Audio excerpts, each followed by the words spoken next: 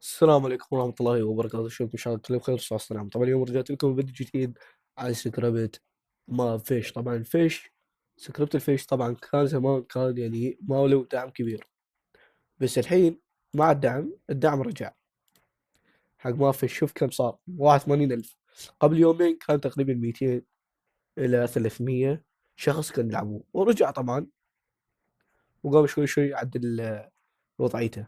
طبعا اليوم معانا سكريبت حق ما فيش، ماب اسطوري، والسكريبت كمان اسطوري. طبعا يشغل الهكر، شغل الهكر حق الروبلوكس، عفوا، نضغط سكريبت، بعده بيشتغل معنا ويسوي تشغيل. بعده بعطيكم ذا السكريبت في الوصف، تضغط تحميل على طول بدون اي منازع، بوب اشتغل معك. طبعا في كثير شغلات، اللي هي المين، اللي هي الاوتو فيش، وهذه اللي تستعمل الاوتو.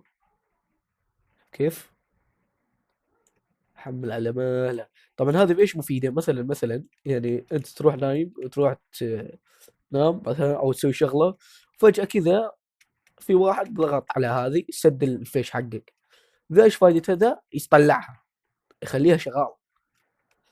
طبعا هذه سرعه الصيد طبعا هنا 100 بسرعه، من يصل 100 يعني يجيب لك السمك. طبعا في كثير شغلات اسطوريه في ذا السكريبت. طبعا يشتغل على البي سي والجوال. عندك الايتم اللي هو الكريدت، انه نشتري الكريدت، وبنينا الايتم جريست، ودرنا شغلات. الانفنتوري، الاشياء بالانفنتوري تحط الاسم مال حق السمكة وتروح تسحبها. الشوب، معنا اشياء كثير بالشوب اللي هي اللكي، وعندنا الحجر. فقط تضغط على الحجر، بعدها تضغط هنا، هو يضغط من حاله. لا لا لا لا لا لا، بس يرحم امك، خلصت فلوسي. المهم، عندك هنا السكنات، تبي اي سكن بس حط اسمه واشتريه. المهمات، التليبورت، اي مكان عاجبك تروح يوديك، شغال 100%. وبعد ايش عندنا في شغلات كثير تجربوها بنفسكم.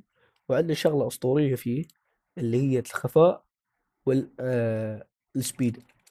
إذا شفت السبيد تصير أسرع في السباحة. وعندك ابيليتي جوب، ده مرة مفيد.